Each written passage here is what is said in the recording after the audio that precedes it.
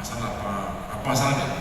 Misalnya gitu, ini ada repurchase intention, ada keinginan untuk beli ulang. Repurchase intention itu dipengaruhi misalnya oleh apalah, misalnya strategi marketing. Tetapi ada penelitian yang lain yang mengatakan bahwa pengaruh antara strategi marketing dengan repurchase intention ini itu dinilai merekomendasikan bahwa coba masukkan pengaruh dari culture. Nah, ibu masukkan pengaruh culture itu. Jelas kan? Culture. Jadi culture itu dia menjadi variable moderator. Jadi strategi marketing ini terhadap repurchase intention ini itu sangat dimoderasi oleh budaya. Artinya rekomendasinya bagi perusahaan yang ingin memasarkan produknya sehingga terjadi repurchase intention, strategi marketingnya dia memperhatikan faktor culture. Nah semuanya. Jadi itu yang kelanjutan dari Bu Rina masalah replikasi dan itu dari Mbak Feni ya. Terus kan belum paham saya bisa mungkin secara kasus contoh itu diberikan. Ya, satu begini. Variabel itu kan ada variabel independen, moderating, intervening. Jadi kalau X itu variabel independen, kalau Y itu variabel dependen. Misalnya gini. Misalnya saya ambil contoh customer loyalty, kesetiaan pelanggan. Kesetiaan pelanggan itu variabel Y-nya. X-nya itu adalah service quality misalnya. Ya. Jadi orang ini sangat setia kalau service quality-nya bagus misalnya. Kalau moderating itu dimoderasi itu biasanya dia di luar. Jadi moderasi. Jadi moderasi itu misalnya dia itu nominal untuk ukurannya, misalnya laki-laki dan perempuan. Jadi ternyata setelah diteliti untuk yang wanita misalnya 1, yang untuk laki-laki 0, setelah dihitung melalui statistik di regress itu tingkat loyalitas ini akan lebih setia. Tingkat loyalitasnya akan lebih tinggi yang wanita pada saat service quality-nya bagus dibandingkan dengan laki-laki. Itu moderasi ibu ya. Tapi kalau intervening itu di tengah-tengah itu misalnya tata kelola. Jadi kalau misalnya service quality-nya ini langsung kepada loyalitas itu misalnya nilainya 0,5 secara statistik. Tapi kalau dia melalui tata kelola yang baik nilainya 0,7. Artinya perusahaan bisa meng-create customer loyalty-nya dengan meningkatkan service quality yang bagus, tapi juga harus disertai dengan tata kelola yang baik. Jelas Bu ya? Ini gambar itu analog contohnya. Ya. Jelas Bu? Ya. Service quality. Ya, semua. Jelas ya? Ini Royalty. Customer royalty.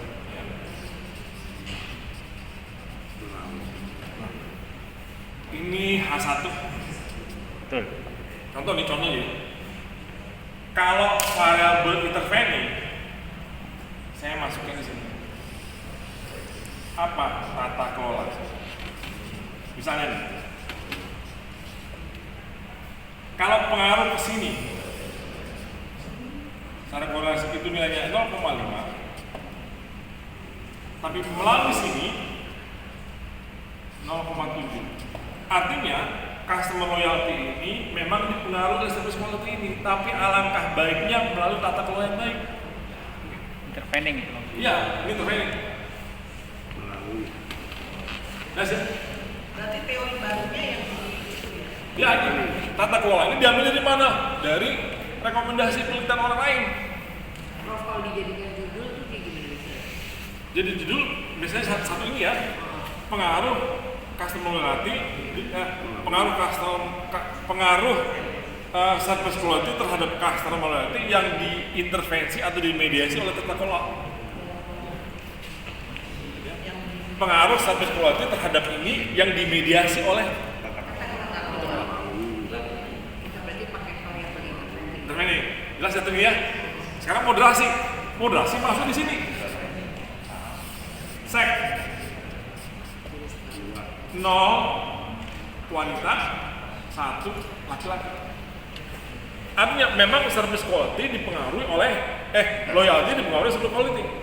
Tetapi yang 0 ini, yang wanita ini itu lebih merespon ini terhadap ini, ngerti nggak? Daripada yang 1. Artinya memang service quality ini dipengaruhi, tapi yang wanita lebih merespon. Tetapi di dalam penelitian selanjutnya, di dalam penelitian sebelumnya itu misalnya di banking, di perbankan. Tetapi kita mau objeknya university misalnya, university, masuk university. Hotel. Ya terserah hotel lah, ya. Ternyata hotel antara laki-laki sama perempuan tidak ada pengaruh sama sekali. Sama, misalnya. Itu, tapi di dalam industri, misalnya gitu, yang laki-laki nah, ini moderasi. Ini ya. Jadi Prof, idealnya itu kalau kita mau S3, apakah variabel ini harus dipakai semua Prof atau gimana Prof? Idealnya ya, saya Baik. Idealnya gitu. Kalau saya baca dari umpan segala macam itu, idealnya jauh saya susah.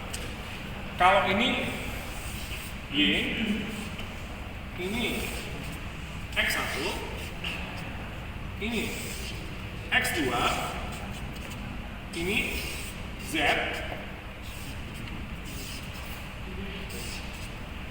ini minimal S3 minimal S3 itu ada 4 variabel, 1 dependent, 2 independent, 1 intervening. Ini A1 misalnya, A2, A3, A4, A5, benar kan? H6-nya apa? H7 ada H7. H6-nya adalah ini dipengaruhi ini, dimediasi oleh ini. H6 ya. H7 adalah ini dipengaruhi oleh ini, dimediasi oleh ini. Tetapi yang mediasi ini nggak ada penelitian sebelumnya. Yang ada itu cuma H5 saja. Ini ada berapa? Ada 10 riset. Ini ada 12 riset. Ini ada 13 riset. Ini ada 4 riset. Ini ada 5 riset. Jumlahnya semua tuh. Misalnya, penelitian jurnal yang dibaca. Tetapi tidak ada yang mengintervensi ini. Tetapi Bapak mencoba untuk mengintervensi. Nah, ini novelty-nya itu. Novelty, tapi general saja, tidak terlalu inklusif. Ya. Makanya kenapa bisa dibilang replika boleh, tapi Ya. Enggak sih, Iya. gampang aja sebenarnya. Ya, silakan. Tadi maaf terkait yang kan ada contoh moderasi yang satu dilaksanakan. Ya, tadi ada contoh misalnya ada moderasi dari Israel ya, itu dilaksanakan hasilnya itu dari banking, lalu dicoba lagi di perhotelan gitu. Itu apakah jadi tadi untuk yang contoh X-nya ada moderasinya itu tadi antara laki-laki dan perempuan itu dibagi seperti itu, lalu di hotel akan berbeda ternyata gitu. Nah kalau ada penelitian yang hanya melakukan dengan moderasi yang berbeda seperti ini, apakah itu jadi masuk replikasi? Bisa jadi umur, bisa pekerjaan juga, bisa pekerjaan juga ini. Bisa pekerjaan juga Bu. Jadi misalnya kalau ini di hotel, misalnya pekerjaannya 0 misalnya PNS, ya kan? 1 misalnya swasta. Jadi nanti kelihatan ini yang merespon yang ini besar yang mana? Maksud saya kalau tadi kan pekerjaan itu di hotel satu, lalu kita membuat kita ingin tahu ini hasil sebuah ini kalau unit analisisnya itu di bank gitu misalnya. Saya ingin tahu kalau dilaksanakan di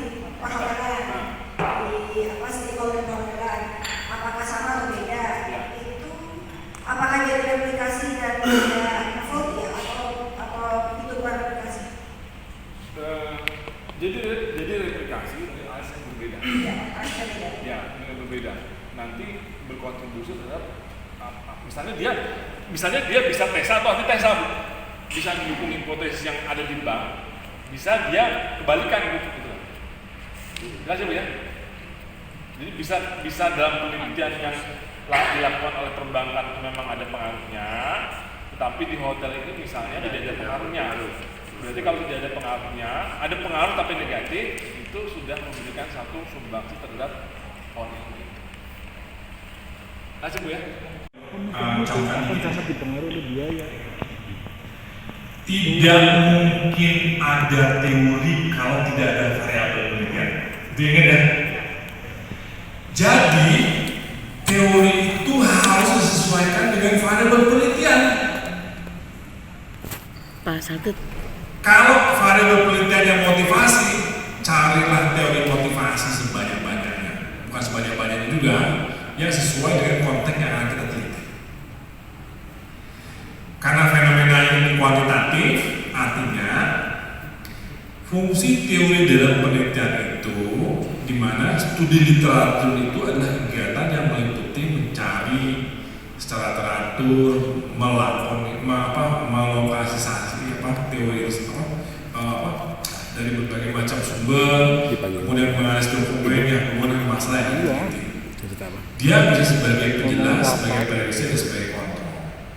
Jadi dia berupaya untuk menjelaskan dan harus menjelaskan bahwa memang variabel yang kita teliti itu sudah diteliti oleh peneliti sebelumnya sehingga muncul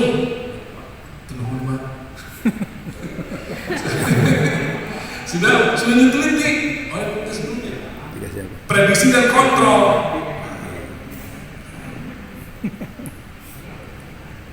Di sini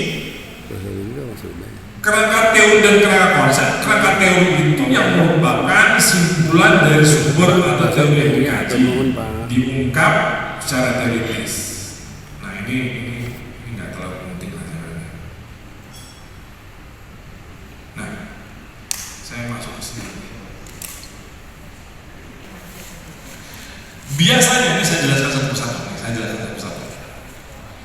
Biasanya di dalam kerangka proposal penelitian itu yang pertama ada rangkuman itu biasanya pendahuluan, kemudian ada pernyataan masalah. Nah gini, saya balik lagi ke awal lagi. Bapak Ibu, nanti mungkin di sini kita harus harus satu kata sepakat dulu bahwa masalah itu harus dibatasi. Ya, masalah itu harus dibatasi. Dan pembatasan masalah itu didapatnya dari identifikasi masalah. Kalau identifikasi masalah yang didapatkan dari latar belakang penelitian itu ada 10 masalah, nah kemudian kita menjabarkan di dalam penelitian ini, peneliti ingin membatasi permasalahan penelitian menjadi 4 pertanyaan penelitiannya, 1, 2, 3, dan 4. Kenapa? Karena kitalah yang mencoba untuk membatasi penelitian itu. Kenapa? Karena penelitian ini harus dibatasi, harus cepat selesai, dan ada tenggat waktu. Kenapa orang pinter, orang yang jenius itu karena tidak menyelesaikan S3, S2 pun nggak selesai, dia S3 nggak selesai? Kenapa? Karena dia berupaya untuk menggali lagi, nggak ada puasnya, menggali lagi, sehingga dia ada miskomunikasi dengan promotornya. Pada saat dia ada miskomunikasi, ada irisan, ada emosi, sehingga apa? Ada miskomunikasi, akhirnya apa? Akhirnya ada resistensi. Tetapi yang banyak dan cepat lulus S3 ini bukan orang, ternyata tidak butuh orang pintar.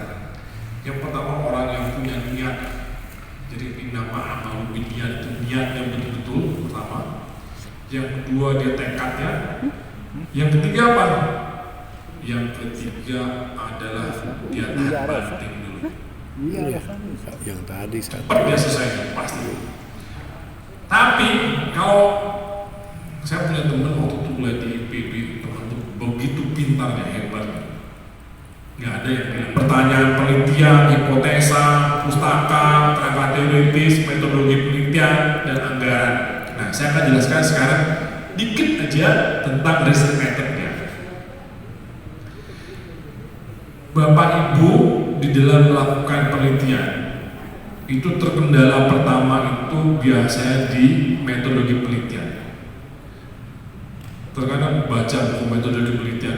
Ingat ya Bapak Ibu ya, metode Medlit itu bukan untuk dihafal sebenarnya. Buku Medlit itu bukan untuk dihafal. Kalau untuk dihafal kita nggak ngerti kok ini hafalannya seperti ini, kok beda lagi ini seperti ini.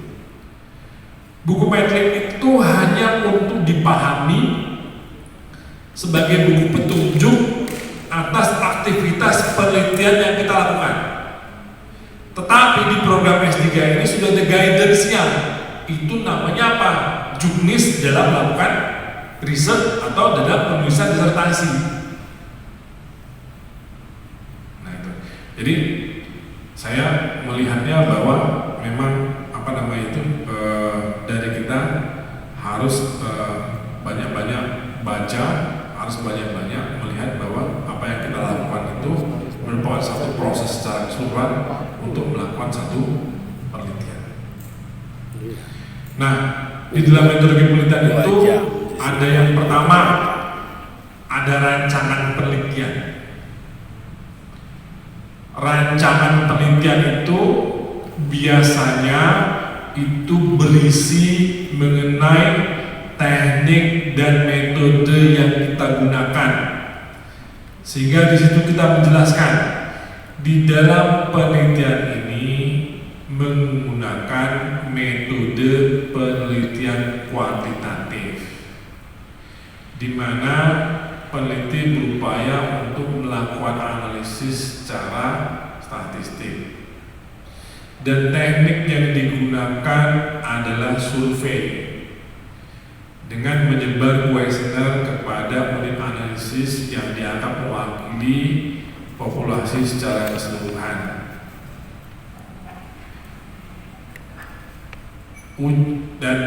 Dan untuk mengetahui pengaruh antara satu variabel dan variabel yang lainnya dilaksanakan uji hipotesis, di mana menggunakan korelasi dan regresi untuk mengetahui seberapa besar dan seberapa erat pengaruh dan hubungan antara satu variabel dengan variabel yang lainnya. Tetapi di dalam penelitian ini merupakan replikasi dalam penelitian yang dilakukan oleh si A ini dengan judul ini. Tetapi peneliti menambahkan satu variabel baru atau dua variabel baru berdasarkan rekomendasi yang sudah dilakukan oleh penelitian ini, sehingga jelas rancangan penelitiannya. Yang pertama. Yang kedua, setelah rancangan penelitian itu ada definisi operasional variabel. Nah, definisi operasional variabel ini biasanya jelas dimensi dan indikator. Bapak Ibu ingat, yang harus dijelaskan pertama kali adalah di dalam definisi operasional variabel itu adalah dari mana sumbernya. Dulu orang-orang melakukan satu penelitian itu melakukan justifikasi dimensi itu berdasarkan textbook, tapi sekarang ada sumbernya. Penelitian dilakukan oleh X, B, C, D, ambil, kemudian kita melakukan modifikasi. Tetapi modifikasi itu harus melakukan FGD sesuai tidak konteks yang akan kita buat ini dengan pertanyaan penelitian. Supaya apa? Supaya jangan terjadi apa? Bias. Supaya menjawab itu bias. Dan biasanya dalam riset-riset behavior itu nggak usah sampai 5, karena 5 itu nanti ada netral, biasanya tinggi 1, 2, 3, dan 4 saja. Kenapa? Supaya dia bisa dijustifikasi, iya atau tidak. Kemudian setelah itu apa? Sistematika dalam kuantitatifnya dan kualitatifnya, kuantitatif atau kualitatifnya. Nah, kalau kualitatif itu ada sistematikanya lagi dengan melakukan triangulasi itu, survei, kuesioner, FGD, kemudian dan sebagainya. Nah, semua ini untuk jawab apa? Proposal itu bab 1, bab 2, bab 3. Dan ingat, di bab 3 itu di terakhir ada daftar pustaka. Daftar pustaka itu harus sesuai. Nah, makanya Bapak Ibu tolong pelajari softwarenya, ada Mendeley. Kemudian Selanjutnya ada apa? Ada kuesioner. Kalau bab 1, bab 2, bab 3 dan bab pustaka sama kuesioner sudah jadi, kemudian sudah diuji cobakan, sudah dipresentasikan dan ada masukan-masukan dan sudah selesai, berarti itu sudah menjadi doktor kan? Tidak, sehingga bisa dipampang namanya PhD candidate. Saya rasa itu ya Bapak Ibu ya, sudah terlalu apa namanya itu nanti bosan pula.